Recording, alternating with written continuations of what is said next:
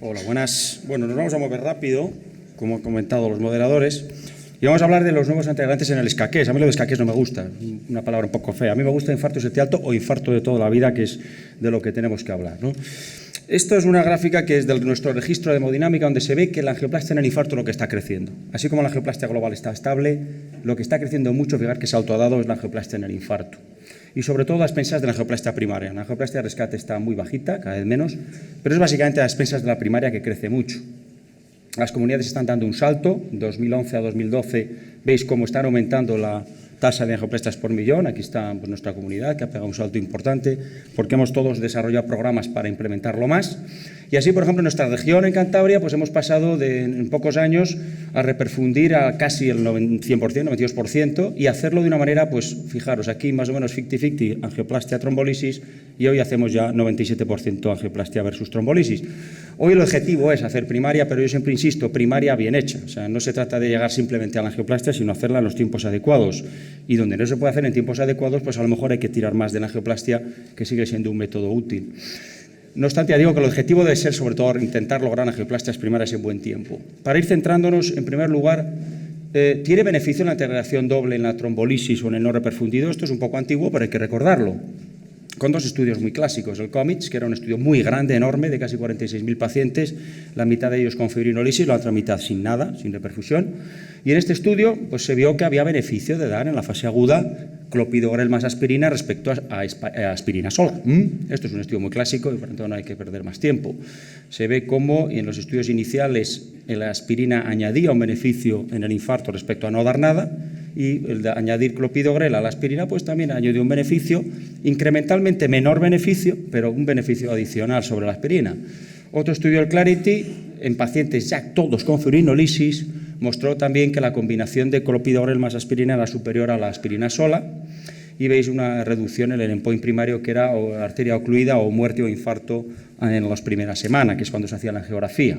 Aquí veis pues al mes cómo era mejor dar clopidogrel con aspirina que aspirina sola. Esto, por tanto, es clásico y bueno, vemos aquí cómo en una gráfica histórica, a medida que les hemos dado a los pacientes más cosas, pues hemos ido logrando que la arteria esté más abierta con el tiempo.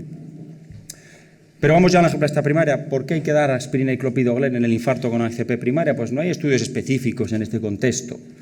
Nos basamos inicialmente, por ejemplo, solo en un subgrupo del Clarity, que era el subgrupo con angioplastia al PCI, donde se ve que dar clopidogrel es mejor que dar aspirina sola. A esto se suma que también sabemos que las primarias se empezaron a hacer con stents y los stents obligaban a una integración doble al menos por un mes, ¿no? En aquella época eran stents metálicos y era solo por un mes. ¿Y cuánto tiempo? ¿Sabes? Más o menos tenemos claro que con infarto hay que darle aspirina y clopidogrel. ¿Por cuánto tiempo? Pues no hay estudios en infarto septialto para ver cuánto tiempo hay que darlo, y lo inferimos indirectamente de los estudios en escasez, ¿no? El CREDO, como veis, en el que se ve que hay un beneficio incremental con el tiempo y que 9-12 meses son superiores a darlo solo un mes. Y la misma línea al PCI Cure, tampoco es un estudio en ST alto, son una evidencia indirecta. Pero también sale que darlo durante 9-12 meses es mejor que un mes, con lo cual queda aquí la idea, o nos quedó en las guías y en todas las recomendaciones, de que en un paciente con infarto hay que dar antirradiación con aspirina y clopidogrel durante al menos 9 meses.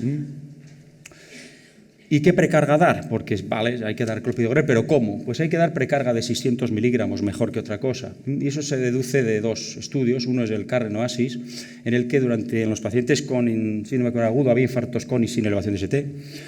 Había dos grupos. En un grupo se les daba durante 7 días 600 de carga y 150 diarios de clopidogrel, 150, y el otro iba por la vía clásica, 300 de carga y 75 diarios. Eso durante la primera semana. A partir de la primera semana ya iban todos los 75 días. ¿Qué se vio? Pues el combinado primario, que es este de aquí, en los pacientes en los que se había hecho angioplastia, pues salía mejor en el grupo que tenía más carga de clopidogrel, más dosis, salía significativo. Y la trombosis de stent pues se reducía notablemente en el grupo que habías utilizado clopidogrel a más dosis. Había un incrementito en sangrados, no según el tipo TIMI mayor, pero sí en unas definiciones que ellos crearon, pero eran incrementos muy, muy pequeños. Y la segunda evidencia para dar 600 de clopidogrel, por eso insistimos tanto a los compañeros, ya hace años, de urgencias o de coronarias, dar 600, por favor, es del Horizon SAMI. Es un estudio que se diseñó para evaluar la vivalirudina en el infarto y el stentaxus, pero tiene una parte en la que se ve el efecto de la carga de clopidogrel y se ve que cuando das 600, pues vas mejor que cuando te dan 300. Ya vayas con vivaluridina o sin ella, ya sea el brazo que sea, es mejor 600 que 300. Fijaros aquí en el grupo de vivalirudina, que es el grupo que salió mejor, el dar 600 de clopidogrel pues era mejor que el dar 300, tenían menos trombosis subagudas de Sten, que es un defecto que tiene la vivalirudina que no protege bien al principio. Por lo tanto, en estos pacientes es todavía más importante dar 600. Por lo tanto, hasta ahora hemos dicho que la combinación aspirina-clopidogrel es necesaria, que el clopidogrel hay que darlo como una buena carga, 600 miligramos, pero, y este es un estudio que quiero citar porque es muy interesante, está hecho por el grupo de Belviche, doctor José Luis Ferreiro, está aquí el doctor Zequier, que es el jefe del servicio, y veis aquí que en pacientes con angioplastia primaria lo que hicieron ellos fue muy interesante. Cogieron 50 pacientes de su práctica normal, a los que les habían dado en su correspondiente unidad de urgencias, donde fuera, 600 de clopidogrel y 500 de aspirina, y miraron a ver cómo de antiagregados estaban cuando estabas tú haciendo la angioplastia. Les cogieron sangre, midieron la agregación por distintos métodos y salió que el 89% de los pacientes no tenían buena respuesta al clopidogrel en ese momento y en la aspirina era algo mejor la cosa. Eran 24 pacientes con pobre respuesta. ¿Qué quiere decir? Que nos llegan los pacientes, yo cuando hago primarias, me llegan los pacientes en general sin antiagregar bien con el clopidogrel, porque el clopidogrel tarda en actuar, tarda en absorberse, tarda en hacer efecto y en el infartado probablemente más. Y ellos vieron en su estudio que había una tendencia a que el paciente que responde más al clopidogrel llegue con la arteria más frecuentemente abierta que el que no responde. Por lo tanto, sí que parece necesario superar al clopidogrel. ¿Se le puede superar? Pues parece que sí. Hay nuevos antiagregantes en el que han demostrado superioridad en el infarto respecto al clopidogrel. ¿Cuáles son esos fármacos? El prasugrel, uno de ellos. Se estudió en el tritón y sabéis que hay una parte del tritón que evalúa el ST alto, que es el tritón STEMI, en el que se evaluaron pues, el 26% de pacientes de este estudio que tenían infarto ST alto. Son 3.500 pacientes. El estudio hizo una cosa un poco rara, que fue considerar dos formas de angioplastia en el infarto. La primaria, que es la que yo considero primaria como tal, que es la que se debe haber incluido aquí, nada más, que es la de las primeras 12 horas del infarto. Pero luego crearon otro grupo de gente que tenía angioplastia hecha entre las 12 horas y los 14 días del infarto, que es la secundaria. Y como veis, el número no es pequeño. Son casi 69 y 31%. Bueno, tuvo un montón de pacientes aquí. Pero estos son los pacientes que realmente más hubieran interesado. En esta parte del estudio del tritón, del infarto alto, sí permitían dar la droga antes de ver la angiografía, en la primaria. Aún así, solo fue en un tercio de casos. En un tercio de casos lo dieron antes. También en la secundaria podía darse si se conocía la anatomía previamente, porque muchos de estos tenían angiografía hecha. Son pacientes un poco raros, la verdad. Cuando entiendes esta parte del estudio no la entiendes muy bien. ¿Por qué tienen una angioplastia hecha a los 12 días del infarto? Pero bueno, hay algunos se entiende porque el abordaje inicial fue conservador, luego se hizo su prueba de isquemia, salió alterada, etcétera. Pero otros no responden a eso. En general, la carga de prasugrel fue previa a la angioplastia en pocos casos. Y esta es la evolución. Como veis, el beneficio se adquiere pronto, se mantiene luego en el tiempo. Y hay una reducción de muerte cardiovascular, infarto o ictus a favor del grupo de prasugrel. Aquí veis los puntos de eficacia, cómo es el infarto donde está el máximo beneficio. Hay que recordar que incluyeron infartos periprocedimiento, son infartos siempre un poco más pequeños, menos relevantes. Tenéis los eventos hemorrágicos, que es muy llamativo, que no hay diferencias entre sangrados. Los propios autores consideran que la población del riesgo hemorrágico de esta población es menor que la del escasez total. También pasa en el plató. El paciente con infarto ST alto es más joven, son más varones, tienen menos diabetes, entonces esto explica un poquito, y también el tamaño muestral hace que no saliera significativo. El efecto neto, combinando ya eventos trombóticos, isquémicos y hemorrágicos, pues sale favorable al prasugrel. Y los subgrupos, pues se ve que hay más beneficio en infarto anterior, hay más beneficio en la secundaria, que es lo que, en esa que os he comentado tardía, más beneficio si usas 2B3A, que se usó mucho, y algo más de sangrado en angioplastia primaria, con prasugrel. Veis lo que os decía de la secundaria. Normalmente el mayor beneficio es en la que se realiza más allá de las 12 horas. En la primaria como tal hay una tendencia, pero aquí se ve un beneficio grande, quizá porque fijaros que les pasan muchas cosas a los de la secundaria cuando van con clopidogrel. Aquí es lo mismo, insistir, tampoco me interesa más. Y luego grupo diabético que parecía ser especialmente favorecido con este fármaco. Por lo tanto, con el prasugrel podemos concluir que el prasugrel resulta en la angioplastia hecha en el infarto ST alto beneficioso, aunque dadas las características del diseño del estudio lo hace a través de un subgrupo un poco más complejo y más raro hoy día, porque aquí estamos unos cuantos intervencionistas, pero ¿cuántas angioplastias de infarto hacemos con más de 12 horas? Poquísimas. Quizás alguna trombolisis que la haces al día después, raro. En general son en las primeras 12 horas. El siguiente es el ticagrelor, se estudia en el plató y el plató tiene su subgrupo STEMI, que es el ST alto. Se publicó en el artículo solamente el grupo de pacientes que tuvieron diagnóstico inicial de ST alto, pero hay otros 800 y pico pacientes que al final del alta se van con el diagnóstico de ST alto, que es un diagnóstico de confirmación posterior. A mí me interesa el análisis de todos los que tienen ST alto, realmente de todos los pacientes que realmente tienen infarto clásicamente ST alto. Y estos son, como veis, 8.000 y pico pacientes. ¿Qué ocurre con ellos? Pues como veis aquí, el endpoint de muerte cardiovascular, infarto, ictus, en el año, pues se resulta reducido significativamente con ticagrelor respecto al clopidogrel, con 2 puntos y pico absolutos de diferencia. La mortalidad por todas las causas también sale, como veis aquí una diferencia, esto es notable, de ticagrelor respecto al clopidogrel, lo cual es un hallazgo interesante en mortalidad total. Hoy día los ensayos farmacológicos muchas veces resultan positivos en endpoint combinados, con mortalidad ya se ven pocos.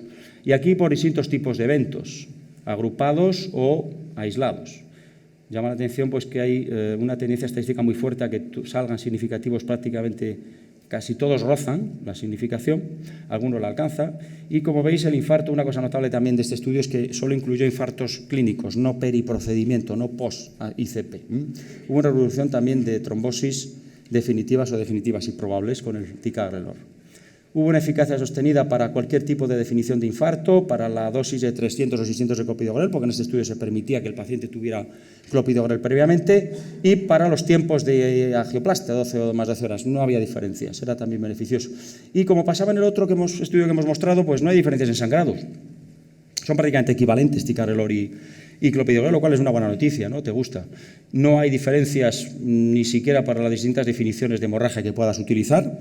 Y también se considera por parte de los autores que es un grupo de menor riesgo hemorrágico, por eso puede ocurrir esto. Y en cuanto a efectos adversos, que siempre hay que mirarlo, pues la disnea aumenta, lógicamente un poquito más de disnea, pero la de suspensión del fármaco es muy rara, 0,1%, 0,5%, o sea, es uno de cada 200 pacientes. Es un significativo, pero son números muy pequeños. Respecto a otros eventos no hay diferencias en cuanto a bradicardia, bloqueos, etc. Y es muy importante señalar que la disnea no tiene ningún impacto pronóstico, es simplemente un efecto colateral, ya sabéis, derivado de la adenosina a nivel bronquial, etc., pero no tiene un impacto cardiovascular. Datos interesantes del estudio Plató en el infarto, pues que muchos tenían clopidogrel previamente, que un tercio tienen menos 2B3A que los del Tritón, y aquí veis las angioplastias hechas en las primeras 12 horas, 72%, en la hospitalización 82%. Hubo un beneficio en el subgrupo de insuficiencia renal, muy llamativo. Un beneficio también en el paciente diabético definido por una hemoglobina 1C elevada, como veis, beneficio mayor, como se observa incluso con el prasugrel. También hay un beneficio si tiene ictus previo, lo cual le diferencia del prasugrel, donde sabéis que en este contexto no se debería utilizar. Y luego la edad. Esto es importante porque es un fármaco que para cualquier endpoint que consideréis, para cualquier objetivo clínico, el fármaco mantiene eficacia, seas mayor o seas menor de 75 años. Y esto te da una seguridad a la hora de manejar estos fármacos en la gente que cada vez vemos más también, que es esta, ¿no? Diferenciar los estudios, hay 1000 charlas y cada congreso que vas alguien intenta compararlos y decir que si uno tal, que si uno cual. Cuando los estudios son tan diferentes como estos, es absurdo comparar, ¿no? Hay que tener en cuenta cosas. El plató STEMI, por ejemplo, en los referentes ST alto, el plató STEMI es más grande, el infarto se define en el primer día, no hasta 14 días. Hay clopidogrel previo, el ticagrelor se da antes de la ICP, no durante o después. O sea, hay una serie de diferencias que, por ejemplo, se reflejan en que la mortalidad del grupo de clopi, que es el comparador de ambos, pues es muy diferente, es la mitad. O sea, este grupo, este estudio es distinto a estos pacientes son en parte distintos a estos, ¿no? Por lo tanto, cruzar la comparación no va, hay que intentar interpretar a cada uno en sí mismo en comparación con el clopidogrel. ¿Existen diferencias entre ellos en el infarto ST alto, entre los dos fármacos nuevos, entre los dos superantiagregantes? Pues hay un par de estudios que han intentado ver qué pasa, si son diferentes o no. No son estudios clínicos, son de laboratorio. Por ejemplo, este estudio italiano cogió a 50 pacientes con infarto, los randomizó a darle uno u otro fármaco y lo que hicieron fue medir la agregación de la sangre a las 2, 4, 8, 12 horas. ¿Qué vieron? En primer lugar, que los grupos son bastante parecidos, aunque hay alguna diferencia, hay más shock cardiogénico en el grupo de ticagrelor. Cuando los estudios son pequeños, aunque las PES no salgan, estos desbalances pueden ser interpretados como problemas de sesgo, pero lo que se ve es que a las 2 horas no hay diferencias significativas. Los dos fármacos antiagregan parecido a las 2 horas, pero lo que es notable es que los dos todavía no han antiagregado a tope a esas 2 horas. O sea, todavía quedan pacientes que están por antiagregar bien a las 2 horas. Y el estudio griego de Alexopoulos, que es un hombre que publica mucho en este tema, pues se ve lo mismo que en el previo, lo cual es concordante y satisface. A las 2 horas equivalente antiagregación con ambos, pero si veis, menos antiagregación que la que se tiene a los 5 días. Con lo cual, estos fármacos, aun siendo mucho más rápidos que el clopidogrel, necesitan tomarse su tiempo. Podemos decir que en el infarto ST alto, los agentes, estos nuevos fármacos, son un poco más lentos que en la población sana o en la población con angina estable. ¿Por qué? Pues porque el paciente infartado seguramente tenga, primero está muy nervioso, está adrenérgico, tiene vasoconstricción, vomita, tiene náuseas y tiene muchas veces insuficiencia cardíaca, tiene congestión y eso le hace absorber peor. Los 2 fármacos tienen una respuesta similar a las 2 horas, pero tardan 4 horas en adquirir un efecto potente. Desde luego el clopidogrel tarda el doble, pero estos tardan en torno a 4 horas. Y la morfina, que es un hallazgo interesante, puede alterar la absorción, quizá porque afecta a la motilidad intestinal. Los pacientes con morfinas tenían más tardía respuesta. Hay incluso un estudio de estos mismos griegos que dan el doble de carga de ticagrelor, hipotetizan que es que el ticagrelor tiene una carga que a lo mejor ellos consideran que no es la alta que debía ser, y les dan el doble y logran más efecto a las 2 horas. Pero bueno, es un estudio pequeño y no está avalado clínicamente. Yo creo que no tiene mucho tampoco sentido. Y si hace falta cirugía, pues la suspensión, como veis, el prasugrel hay que suspenderla al menos 7 días y el clopi y el ticagrelor 5 días podrían. Incluso los americanos consideran que si la cirugía es urgente podría hacerla a las 24 horas de suspender clopi o tica. Las europeas consideran 5 y 7 días según sea 5 tica y 7 prasu para una cirugía. Y no vamos a hablar de la adenosina porque es un tema para otra charla, ¿no? Por tanto, ¿qué nos recomiendan las guías y cómo podemos implementar el uso de estos fármacos en la situación actual en la que nos tienen muy marcados las consejerías con el dinero? Según las guías, hay que dar prasu y tica a todo el mundo salvo que no se pueda. Así de claro, porque es 1B y esto es 1C. Significaría que, hombre, podemos dar clopi, pero aquí lo dice, al que no le puedas dar esto. Las americanas son más, en aspecto, conservadoras, dan 1B a todo el mundo y se quedan tan empatados. En las NICE UK son unas guías inglesas muy interesantes porque son evalúan todo, el aspecto económico, clínico, etcétera, y lo que han visto es que el ticagrelor puede ser costo efectivo respecto al clopidogrel genérico y por eso lo recomiendan en el infarto, en la angioplastia del infarto. El prasugrel le han analizado respecto al clopidogrel cuando era Plavis, cuando era no genérico y le salía costo efectivo, pero no lo han hecho respecto al genérico y por tanto consideran que su costo efectividad es incierta. Por tanto, aquí no establecen el mismo grado de recomendación. Y para concluir, ya son las 2 últimas que os muestro, podríamos decir que las guías actuales priorizan el uso de los nuevos antiagregantes respecto al viejo clopidogrel. Pero, como eso nos gustaría, pero no podemos hacerlo de momento o no nos dejan, pues yo sugeriría que los grupos de más riesgo son los que más se van a beneficiar. Y para mí los grupos de más riesgo, y alguno puede diferir en esto, pudiera ser el infarto anterior, el diabético, la insuficiencia renal crónica, la enfermedad con el paciente infartado que tiene una angioplastia previa, un infarto previo a su segundo infarto o una cirugía coronaria, el que viene por infarto por trombosis de un stent, o el que nosotros en la angiografía vemos que es de alto riesgo. Lesiones de tronco, multivaso, varios stents, ya de 3 o más, bifurcación tratada con doble stenting, o que además del infartado tenga otro vaso ocluido crónico. Por tanto, alto riesgo isquémico, beneficio y posibilidad de usar y concentrar ahí los nuevos antiagregantes. Ambos aportan beneficio en la angioplastia primaria, lo hemos visto en los estudios, aunque hay diferencias en los resultados que os he intentado mostrar y que también deben orientar un poco. Y el uso de ticagrelor estaría específicamente favorecido en circunstancias en las que el prasugrel puede no ser seguro, como estas, mayores, bajo peso, ictus previo, y en otras en las que parece que tenga un especial beneficio, como insuficiencia renal crónica, alergia a las tienopiridinas, obviamente, y potencial necesidad de cirugía, que, hombre, no es que sea muy frecuente, pero un infartado puedes tener complicaciones a veces mecánicas o algún problema de insuficiencia mitral, etcétera. Y con esto, acabo con esto, realmente, yo creo que ya lo ha comentado un poco Andrés, si buscamos resultados distintos o mejores, como siempre buscamos los médicos, pues no habrá que hacer siempre lo mismo, habrá que buscar el cambio. Gracias.